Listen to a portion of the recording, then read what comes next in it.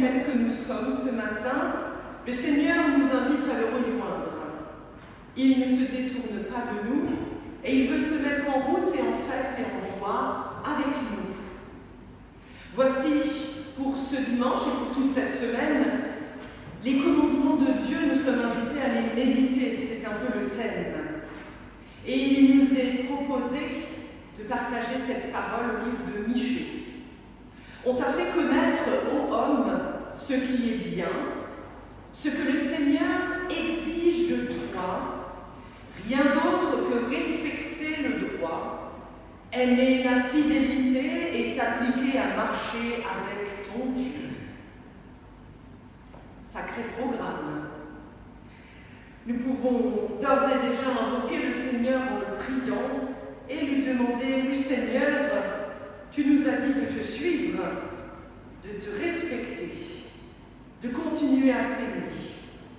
Car toi tu nous l'as dit avant, je mettrai en vous mon esprit, alors vous suivrez tous mes préceptes, vous observerez mes commandements et vous y serez fidèles. Disons ensemble: Alléluia, Alléluia. C'est bien, on va s'entraîner encore un peu aujourd'hui. Alléluia, Amen.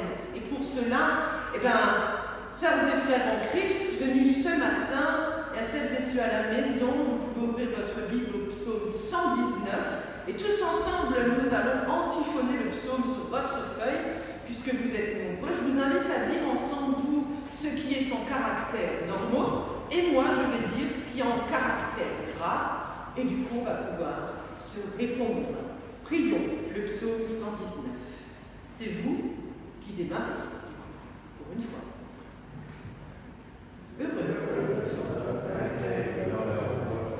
Heureux ceux qui suivent la loi du Seigneur. De tout cœur, ils le cherchent. Ils marchent dans ses voies. Que ma conduite s'affermisse en faisant ta volonté. Instruis de tes justes décisions. Ne m'abandonne pas entièrement. Ouvre mes yeux aux merveilles de ta main. Nous allons ensemble méditer, chanter, prier, invoquer le Seigneur et nous mettre en route avec ce cantique très connu au numéro 180 dans l'arc-en-ciel, les 2 strophes. Chercher d'abord le royaume de Dieu et nous tourner vers le Seigneur et sa justice. Alors je vous invite à vous lever si vous le pouvez, sinon on va rester installé si vous êtes empêchés. Et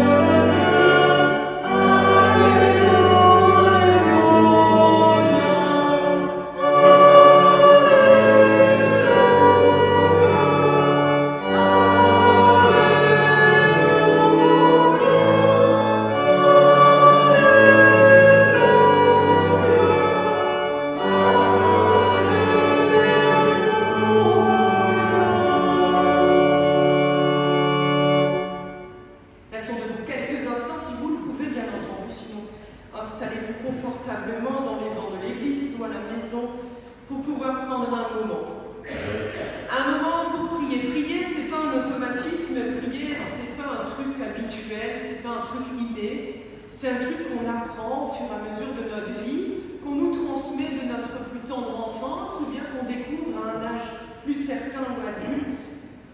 Peu importe.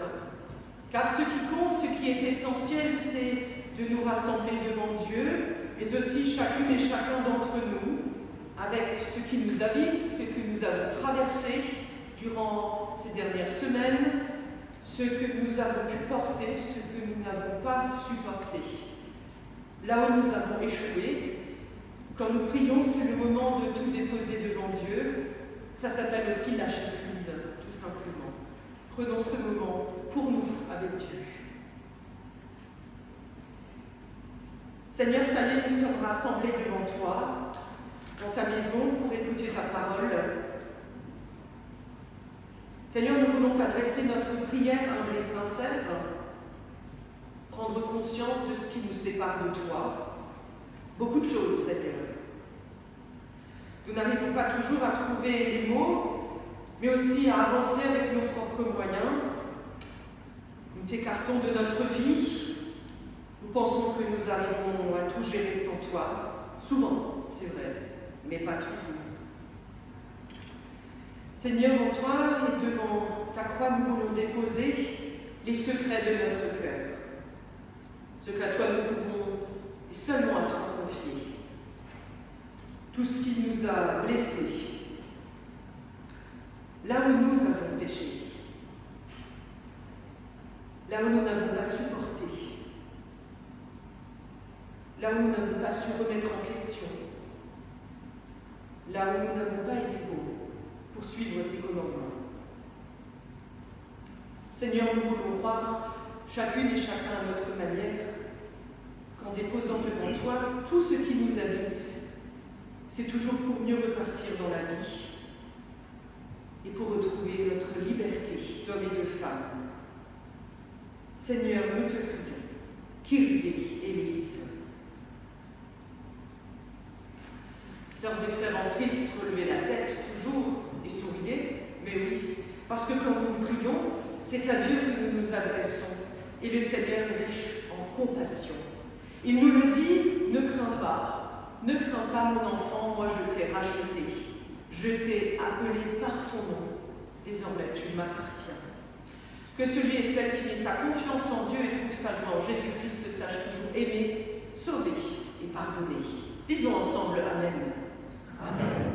Et terminons en chantant ce réponse. Nous connaissons le numéro 821 dans l'arc-en-ciel. Gloire soit au Père.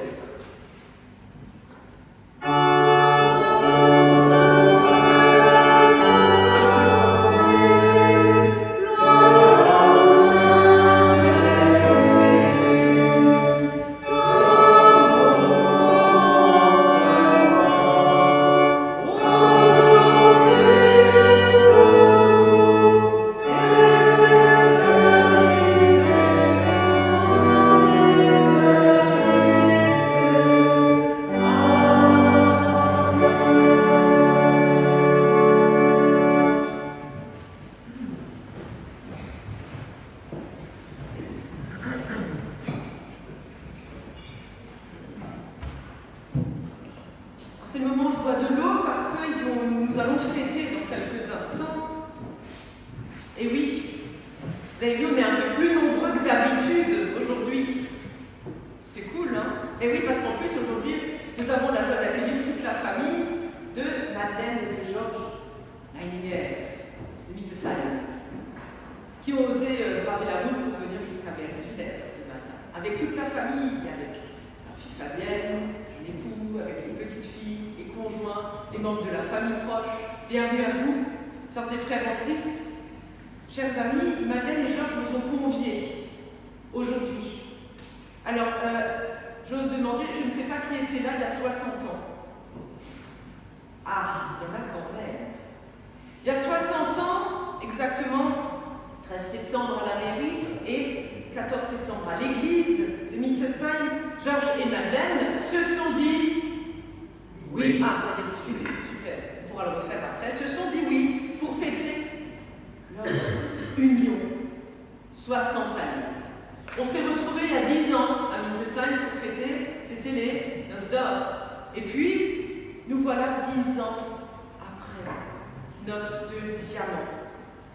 Je pourrais déjà vous dire rendez-vous dans 10 ans pour les palissandres. Ça arrive encore, mais c'est rare. Il n'était pas envisageable pour vous, chers Madeleine et Georges, de célébrer cet anniversaire sans rendre grâce à Dieu. Vous me l'avez dit quand on s'est vu. Le Seigneur qui vous a accompagné dans les jours heureux comme dans les temps d'épreuve. Tout d'abord, et j'aimerais le dire en notre nom à tous, félicitations. Olsgut, notre communauté paroissiale vous exprime ses meilleurs souhaits pour ce grand anniversaire, devenu si rare et qui reste magnifique. Vous avez souhaité que Dieu vous redise du bien, tel qu'il l'a fait il y a 60 ans. La vie passe, elle file à toute allure, avec ses jours de joie, avec ses temps de vide et d'épreuve que l'on n'aurait jamais imaginé pouvoir surmonter.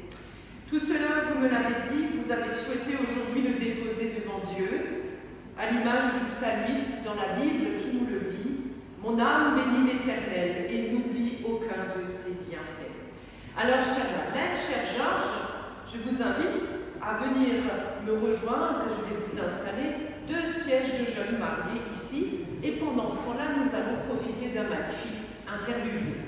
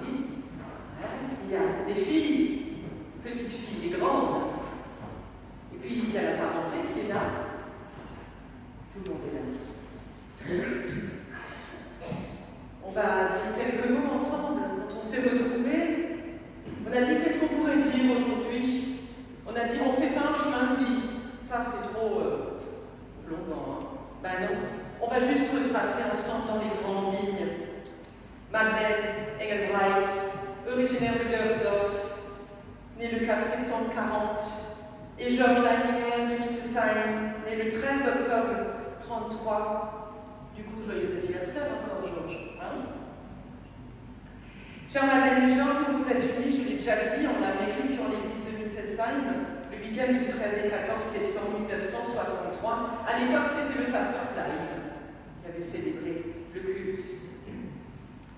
Et voici le verset du mariage qui nous a été offert. C'est tiré de l'évangile de Luc, chapitre 16, verset 10.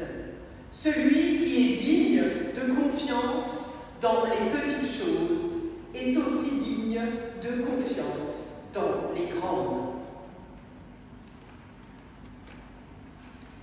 Wer dem Geringsten treu ist, der ist auch im großen Teil. Ce verset vous tient à cœur. Il vous habite. D'ailleurs, vous habitez cette grande maison aussi rue d'Envillers à Mittesheim. Georges, vous le savez mieux que quiconque, a travaillé comme menuisier jusqu'à sa retraite chez Wagner Schmidt à Pfaffenhofen. Et Madeleine, vous avez travaillé tour à tour à la cure à Morsbronn, au foyer de jeunes filles à Strasbourg, et également en tant qu'aide maternelle à la Valk. Vous me l'avez dit, c'était une sacrée époque. Et de votre union est née votre bien-aimée fille Fabienne, c'était en 67. Votre plus grande fierté, bien entendu, ce sont vos deux petites filles, Céline et Annie. Ils sont fiers de vous.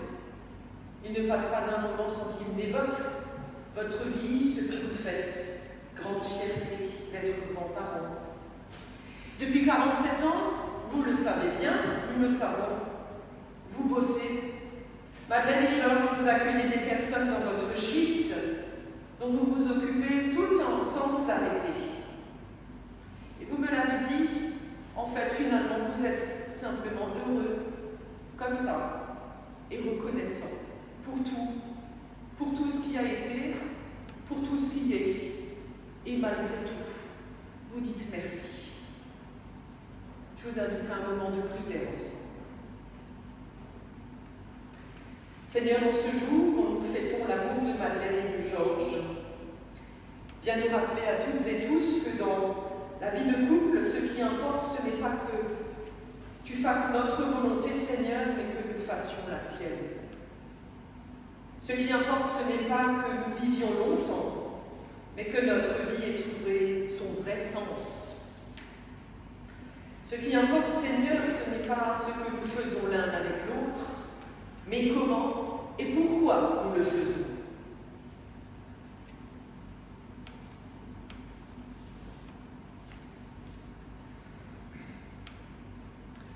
Enfin, Seigneur, ce qui importe, ce n'est pas finalement ce que pensent et disent de nous les gens, mais ce que nous sommes devant toi, Seigneur. Non, ce n'est pas le plus important de savoir qui nous sommes et comment nous sommes chaque jour. Ce n'est pas non plus d'avoir beaucoup de connaissances, mais de savoir les mettre en pratique dans nos vies. Finalement, en somme, ce qui importe, ce n'est pas tant ce que nous paraissons être, mais ce que nous sommes vraiment. Et ce que nous sommes vraiment, c'est en toi que nous le trouvons. Seigneur, par ton amour et dans cet amour, nous voici. Amen. Avant de recevoir la bénédiction de notre Seigneur, vous trouverez sur votre feuille de culte un cantique qu'on a choisi avec Georges Madeleine pour aujourd'hui. On le chante aux grands événements de la vie. Alors souvent à des moments un peu plus tristes, mais avec Madeleine et Georges, on s'est dit qu'il retrace finalement tous les moments de notre vie et votre vie dans les moments de fête, dans les moments de tempête, dans les moments de joie. Seigneur, tu es là au cœur de nos vies. Dans l'arc-en-ciel numéro 614. Et en fait, j'invite Madeleine et Georges à rester assis et nous à les entourer en nous levant pour ce cantique. Restez assis. Amen.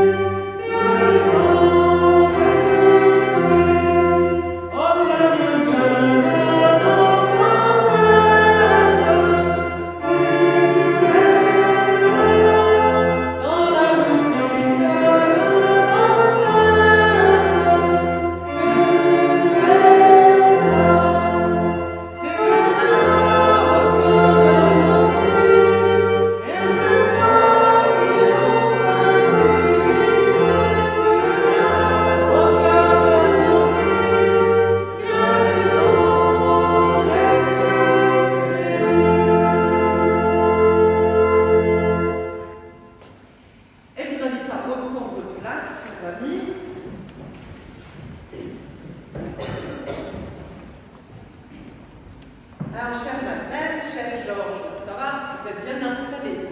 Vous vous rappelez de ce jour, il y a 60 ans? Vous vous en rappelez? Il y a 60 ans, comment c'était? Il y a peut-être des amis qui s'en rappellent? Non, c'est ceux de la... Ah oui, ah oui. Vous vous en rappelez, hein? Ils étaient beaux, hein? Ils étaient très beaux, jeunes et fringants. Attendez, attendez.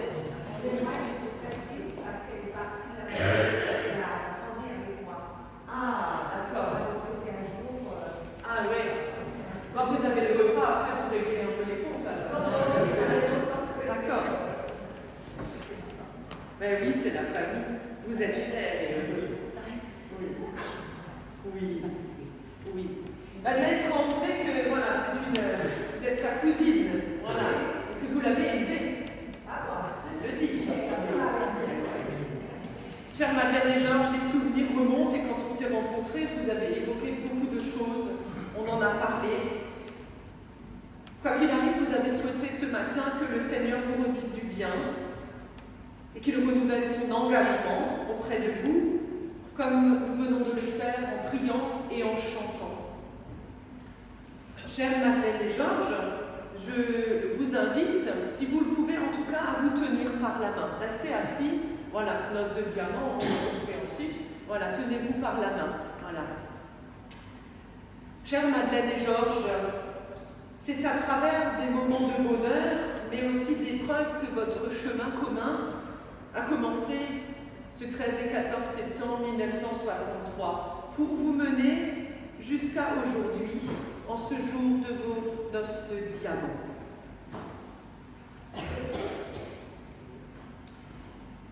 Chère Madeleine et Georges, votre amour est fondé d'abord dans l'amour fidèle de notre Seigneur, qui a permis ce cheminement commun.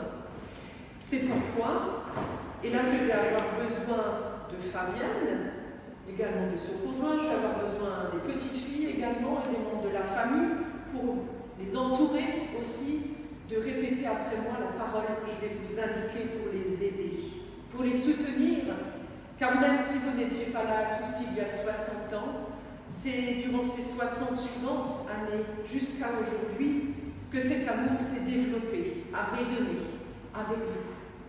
Je vous le demande, chère Madeleine, cher Georges, voulez-vous continuer à vous aimer, à vous respecter, à vous soutenir encore dans les bons comme dans les mauvais jours, à être l'un et l'une pour l'autre une force de vie, avec l'aide que vous offre le Seigneur, si c'est là votre désir et votre engagement, comme il y a 60 ans, alors dites après moi, oui, avec l'aide de Dieu. Oui, avec l'aide de Dieu. Nous pouvons dire ensemble, Amen. Prions le Seigneur.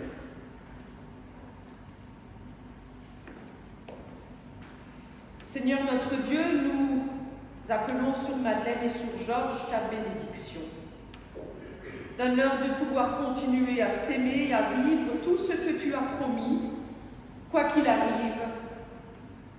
Chère Madeleine, cher Georges, que le Seigneur vous bénisse, qu'il vous garde, qu'il fasse resplendir sur vous toute sa lumière, qu'il vous accorde sa grâce, que le Seigneur tourne sa face vers vous, vers toi, et qu'il vous donne la paix du cœur. Soyez bénis, au nom du Père, du Fils et du Saint-Esprit. Amen. Et j'invite les jeunes mariés à se faire un bisou et nous à les applaudir, toutes nos félicitations.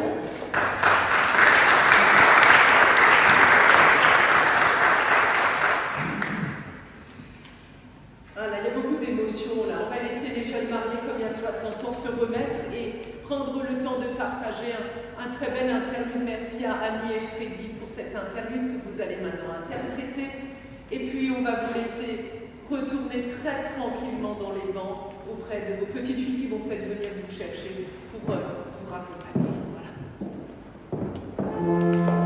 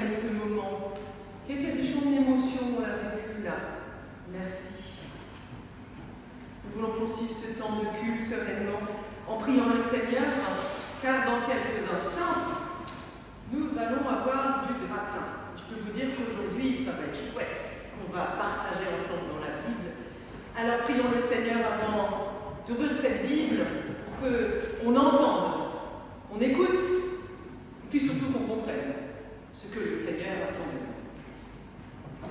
Seigneur, tu nous aimes depuis toujours d'une grande tendresse de Père. Tu nous donnes au-delà de toute chose ce que nous pouvons imaginer. Éveille en notre cœur à chacune et chacun cette confiance, que jamais nous ne doutions de cet amour que tu as placé en nous. Seigneur, aide-nous à entendre et à saisir tout ce que ta parole va nous enseigner, qu'elle percute notre vie, qu'elle nourrisse notre âme. Nous te prions par Jésus le Christ, notre Seigneur, qui vit et qui règne avec toi, Père et le Saint-Esprit, un seul Dieu pour les siècles des siècles. Amen. Et voici aujourd'hui 2 extraits de la Bible, un dans le Nouveau Testament et un dans l'Ancien. Je vais commencer par l'évangile de Marc cette fois-ci. Ça fait quelques semaines qu'on est dans l'évangile de Marc. Là, on est au 10e chapitre. Alors, c'est un peu gratiné parce que forcément, on choisit toujours le meilleur morceau. C'est le moment où des pharisiens tendent un piège à Jésus. Comme toujours. Et puis ensuite, Jésus va bénir les enfants. Ça paraît bizarre comme découpage, mais vous allez voir. Des pharisiens s'approchèrent de Jésus pour lui tendre un piège. Ils lui demandaient, est-il permis à un mari de renvoyer sa femme? Alors Jésus répondit par cette question, quel commandement Moïse vous a-t-il donné? Ils dirent, Moïse a permis d'écrire une attestation de rupture de renvoyer sa femme. Alors Jésus dit, Moïse a écrit ce commandement pour vous parce que vous avez le cœur trop dur. Mais au commencement de la création, Dieu a créé homme et femme, dit l'Écriture. C'est pourquoi l'homme quittera son père et sa mère pour s'attacher à sa femme. Et les deux deviendront une seule chair. Ainsi, ils ne sont plus deux, mais une seule chair. Donc, que personne ne sépare ce que Dieu a uni. Quel beau clin d'œil pour aujourd'hui. Et des gens amenèrent alors des enfants à Jésus pour qu'il les touche. Mais les disciples leur firent des reproches. Quand Jésus vit cela, il s'indigna et dit à ses disciples, laissez donc les enfants venir à moi, et ne les empêchez pas, car le règne de Dieu appartient à ceux qui leur ressemblent. Je vous le déclare, c'est la vérité, celui qui ne reçoit pas le règne de Dieu comme un enfant ne pourra pas y entrer. Ensuite, il prit les enfants dans ses bras, il les bénit en posant les mains sur eux. Et dans l'Ancien Testament, chez le jeune prophète Jérémie, on est au 17e chapitre. Quelques versets. Moi, je bénis celui qui met sa confiance dans le Seigneur et qui cherche en lui sa sécurité. Il ressemble à un arbre planté près de l'eau, dont les racines s'étendent jusqu'au ruisseau. Il n'a rien à redouter quand vient la chaleur et son feuillage reste vert. Même durant l'année de la sécheresse, il ne se fait aucun souci. Il ne cesse de porter des fruits. Qu'il en soit ainsi. Que la parole du Seigneur nous éclaire et qu'elle nous habite. Mon Dieu, mon Père, alors écoute-moi, car ma vie s'élève à toi. Nous invitons à entonner avec moi ce cantique au numéro 405 dans l'Arc-en-Ciel. Il y a 2 strophes. Et à méditer cela ensuite à travers la prédication dans quelques instants. Levons-nous pour chanter.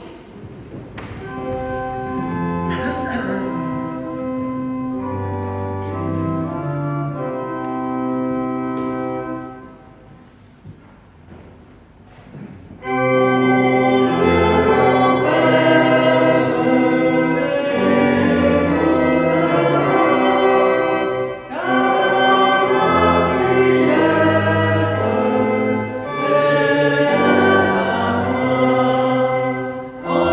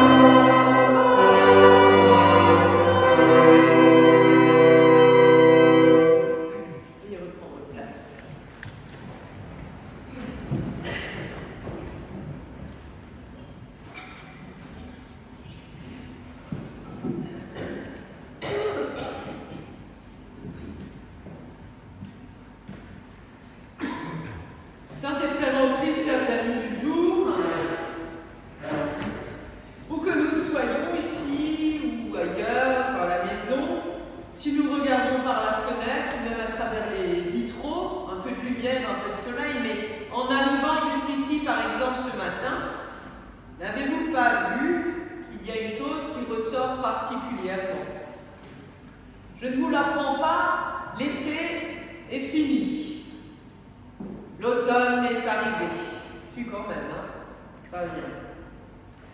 On est nombreux à se dire, mince, déjà l'automne. C'est mieux quand il fait encore 18 degrés le 20 octobre. C'est bizarre, hein? L'hiver dernier a été long, pénible, gris.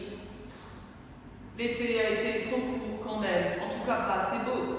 Trop chaud tout de suite, quoi. Le soir, maintenant, il fait de plus en plus nuit à nouveau, plus tôt, nous l'avons déjà vu. Il fait aussi un peu plus frisqué le soir, hein, à partir de 18h. Il y a même eu un peu de brouillard à Mittesheim ces derniers temps, comme d'habitude. Et puis, il y a les feuilles qui sont tombées, déjà.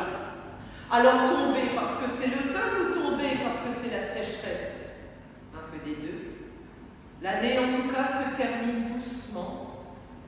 Et nous l'avons partagé avant dans ce livre de Jérémie dans l'Ancien Testament, au chapitre 17. Il dit « Béni soit celui qui se confie en l'Éternel et dont l'Éternel est l'assurance. Il est comme un arbre planté près des eaux et qui étend ses racines vers le courant. Il ne voit pas venir la chaleur et son feuillage reste vert. Dans l'année de la sécheresse, il est sans inquiétude et il ne cesse de porter des fruits. Ceux qui comptent sur Dieu sont comme un arbre dont les feuilles restent vertes. Vous le savez bien, chaque arbre produit des feuilles qui lui sont propres et qui le rendent en même temps unique et singulier, un peu comme notre vie. Celle que nous avons déjà vécue, qui est spéciale et unique pour chacun de nous. C'est pourquoi aujourd'hui, ce matin, on peut comparer notre existence à notre vie à une feuille. Notre vie que nous avons vécue jusqu'à présent. Et vous avez reçu chacune et chacun une feuille, là, en arrivant. Je vous invite à l'observer, simplement celle que vous avez reçue, allez-y, ne regardez pas moi, regardez votre feuille. Parce que j'ai déjà entendu à peine distribuer, j'ai pas la même que toi. La tienne est mieux. Oh, la tienne elle est moche. Hein. La tienne elle a des trous. Ah, la tienne donc elle est lisse. Oh, il lui manque un bout à la tienne. Ouais. Ben, voyez-vous, ce sont des feuilles d'automne très typiques. Moi, c'est une feuille de vigne encore. Des feuilles d'automne typiques comme on en trouve partout en ce moment, un peu partout, vraiment. À première vue, regardez votre feuille. Toutes les feuilles se ressemblent. Grosso modo, regardez les feuilles de votre voisin, ou tournez-vous vers le voisin derrière. Regardez voir comment c'est chez les autres. Quand tu regardes comme ça se ressemble. Plus ou moins.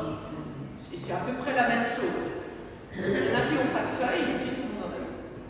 Voyez-vous, si on les compare maintenant, si vous comparez avec votre voisin, regardez voir en comparant, vous allez remarquer des différences et des particularités dans la forme, dans la couleur, dans l'état de la feuille. Regardez voir chez le voisin. Ces feuilles nous parlent d'elles, elles nous parlent de nous. Ouais. Il y en a certains qui ont une feuille qui a eu du mal, il y a des traces, des bouts en moins. Des petits trous sinon. Des petits trous peut-être, ou des petits animaux, ou des insectes sont allés sur la feuille et ont manipulé la feuille. Ces taches ressemblent à des blessures et des souffrances. Sur d'autres feuilles, il peut y avoir des petites taches sombres. Toutes petites, regardez voir. C'est possible, ou chez le voisin, il y en a peut-être beaucoup plus que chez vous. Il y en a certaines de ces taches qui sont toutes petites et d'autres beaucoup plus grandes. La feuille a été particulièrement usée à ces zones-là, précisément, comme si elle avait dépensé beaucoup de puissance ou d'énergie au fil du temps. Sur certaines autres feuilles, parmi nous, en regardant, même chez nos voisines et voisins, il peut y avoir des lignes profondes, ou alors des taches spéciales qui ressortent fortement, qui nous semblent jolies, qui nous attrapent le regard. Une indication de points forts peut-être, de forces particulières qui ont façonné notre vie. Il y a peut-être certaines feuilles qui se recroquevillent sur elles-mêmes, vous savez, elles se plient sur les côtés, comme si elles cherchaient un abri, comme si elles étaient un peu fermées, enfermées. On le sait, les gens agissent ainsi aussi lorsqu'ils ont peur ou lorsqu'ils ont vécu de mauvaises expériences. C'est un réflexe de protection que de se refermer. Mais ce mouvement fait aussi penser à toutes les fois où nous avons aussi pu protéger, prendre soin de nombreuses vies qui nous ont été confiées, qui ont été, tout comme notre propre vie, a également été protégée. Et puis il y a encore des feuilles qui sont magnifiques, bien sous tout rapport, unies, sans tache, nickel. Il y en a. Ces voies de vie n'ont laissé aucune trace, presque aucune, presque intacte, toujours aussi belle, même en automne. Ça fait un super bon slogan quand même, hein. Toujours aussi belle, même en automne. On dirait toujours un shampoing. Les gens, voyez-vous, comme nous, font aussi l'expérience de cela, que leur vie est belle, même en automne. Et ces gens-là n'ont subi presque aucun dommage dans la vie. En somme, si on fait le décompte, chaque feuille est unique, tout comme notre vie. Notre vie est comme ces feuilles. Nous vivons avec des blessures que nous avons subies, avec des moments où nous sommes épuisés, à bout de force. Mais nous continuons à vivre. Nous vivons encore avec ces points forts, avec ce que nous avons réussi, avec nos souvenirs aussi, des jours heureux, avec le positif et le beau que nous rencontrons chaque jour. Béni soit celui qui se confie dans le Seigneur. Il est comme un arbre planté près des eaux. Il n'a rien à craindre. Ses feuilles restent vertes. L'histoire de la vie d'une feuille est très courte. Elle surgit au printemps, elle verdit, se développe, et à l'automne, elle se fane, peu avant de mourir. Notre histoire de vie est bien sûr, et heureusement, beaucoup plus lente, mais comparable au cycle d'une feuille. Nous nous développons, nous grandissons, le printemps, l'été, et puis un jour, l'automne arrive. Pour certains d'entre nous, c'est encore loin, pour d'autres, un peu plus proche peut-être. Mais quand nous regardons en arrière, quel que soit notre âge, sur notre vie, sur ce qui est déjà derrière nous, nous pouvons nous demander, en toute simplicité, sans faire de la théologie, qu'est-ce qui nous a soutenus dans notre vie, dans les bons comme dans les moments difficiles? Qu'est-ce qui nous retenait quand nous étions tellement découragés? Surtout dans les moments difficiles. Beaucoup d'entre nous ont déjà fait l'expérience, sinon d'une proximité particulière avec Dieu au moment difficile. Et cette proximité nous fait dire à beaucoup d'entre nous que la confiance en Dieu donne de la force de continuer à vivre, de grandir et de vieillir. Dieu porte au travers des hauts et des bas de la vie, à travers les bons et les moments plus durs. Et on peut le dire pour soi, si on se pose cette question, qu'est-ce qui m'a soutenu dans ma vie, dans les bons comme dans les moments difficiles? Mais c'est Dieu.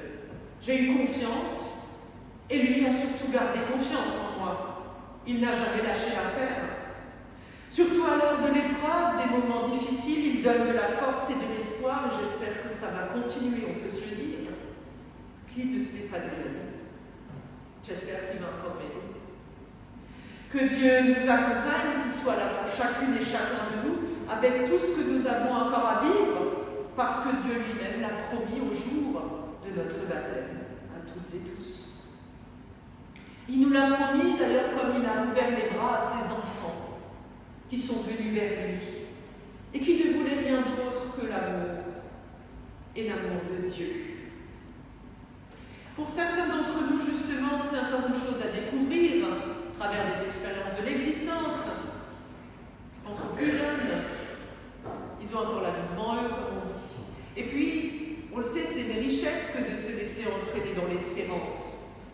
L'espérance aussi de pouvoir recevoir de personnes plus âgées que nous la foi, d'en parler, de la partager, de la cultiver, cette foi qui a mûri au fil de la vie, qui rayonne de cette confiance que seulement la confiance vécue au quotidien offre.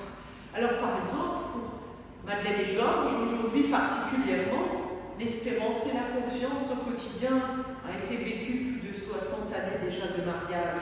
Ce que nous célébrons aujourd'hui, c'est une joie commune pour nous tous et ça se transmet dans la reconnaissance.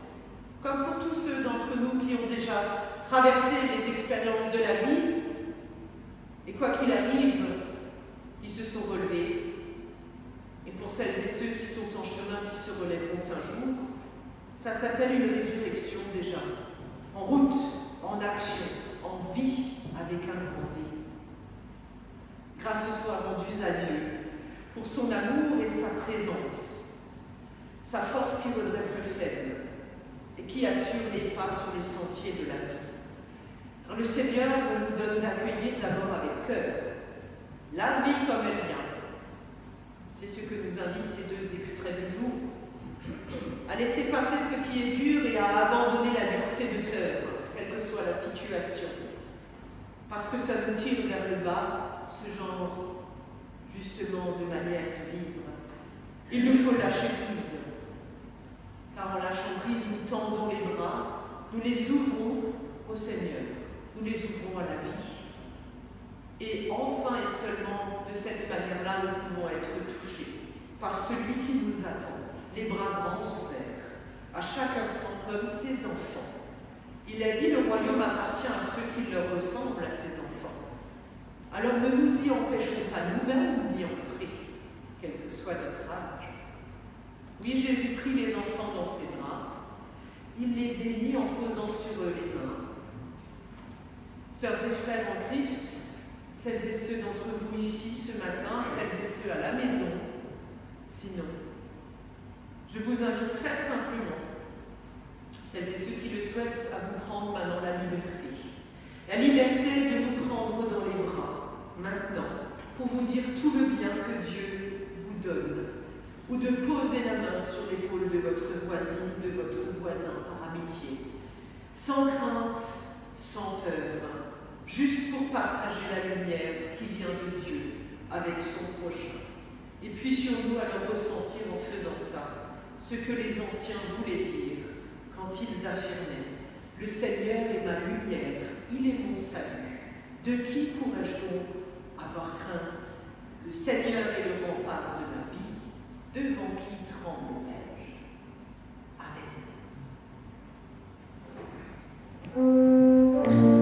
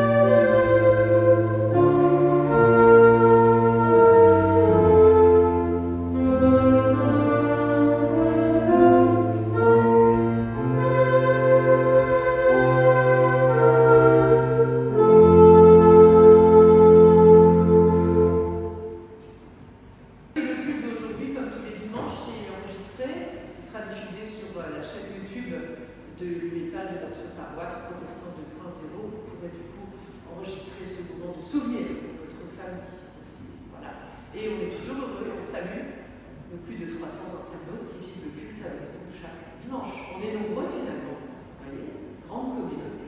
On va prier les uns pour les autres maintenant, et les uns avec les autres, tous ensemble, en nous levant où que nous soyons, et intercéder auprès de notre Seigneur. Seigneur, notre Père à tous, nous voulons te prier ce matin pour toutes celles et ceux qui te prient comme nous, pour tous tes enfants, quel que soit leur âge, tous les enfants du monde entier également, les plus petits, les plus fragiles, pour qu'ils trouvent ton amour, Seigneur. Nous voulons te prier pour tous tes enfants, Seigneur, celles et ceux qui souffrent à cause des hommes, pour qu'ils trouvent en toi la paix et retrouvent de la joie. Nous voulons te prier, Seigneur, pour tous tes enfants qui vivent dans leur vie avec un handicap, qu'ils retrouvent de la liberté auprès de toi, Seigneur, dans ta parole. Qu'ils se sachent aimés, qu'ils se sachent toujours apaisés par ton amour. Que notre Père, toi qui veilles sur tous tes enfants dans le monde, nous voulons te remettre particulièrement ce dimanche tous les enfants d'Israël, tous les enfants de Palestine, quel que soit leur âge, et qui n'ont pas le choix de subir la cruauté et la bêtise humaine, des bombes et des massacres, quels que soient les camps. Seigneur, nous demandons à ta sagesse que l'intelligence du cœur et la paix gagnent celles et ceux qui ont l'autorité, qui sont décisionnaires, qu'ils ne soient pas des bourreaux d'enfants, mais qu'ils soient et redeviennent des instruments de paix. Nous invoquons, Seigneur, ta miséricorde pour toutes celles et ceux qui font du mal, au travers des guerres qui continuent de sévir dans notre monde, en Ukraine, dans la Corne de l'Afrique, dans tous les endroits du globe où tous tes enfants ont mal, ont faim, ont soif de justice et de paix.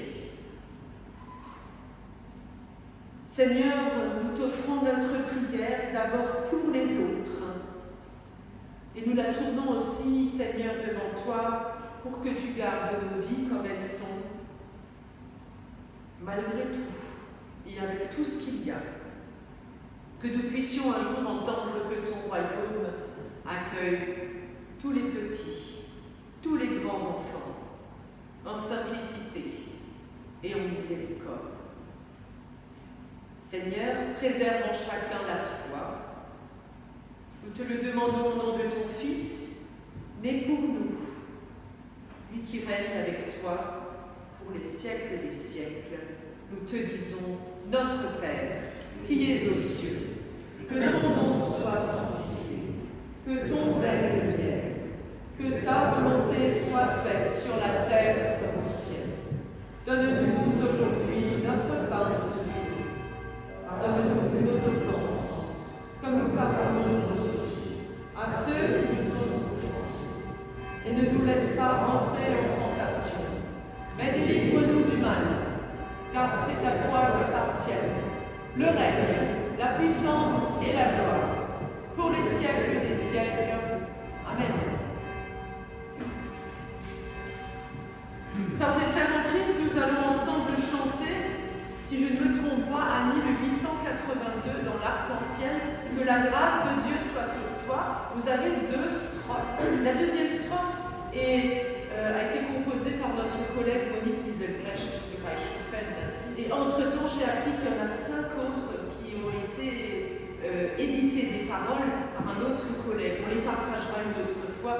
Mais celles-là sont des paroles de bénédiction, où Dieu veut nous dire du bien, tout son bien, tout son amour, comme on l'a fait avant. Si vous avez envie de partager ce cantique, ces deux strophes avec vos voisins, vous pouvez même les chanter en regardant votre prochain qui est à côté de vous, derrière vous, devant vous, et lui chanter.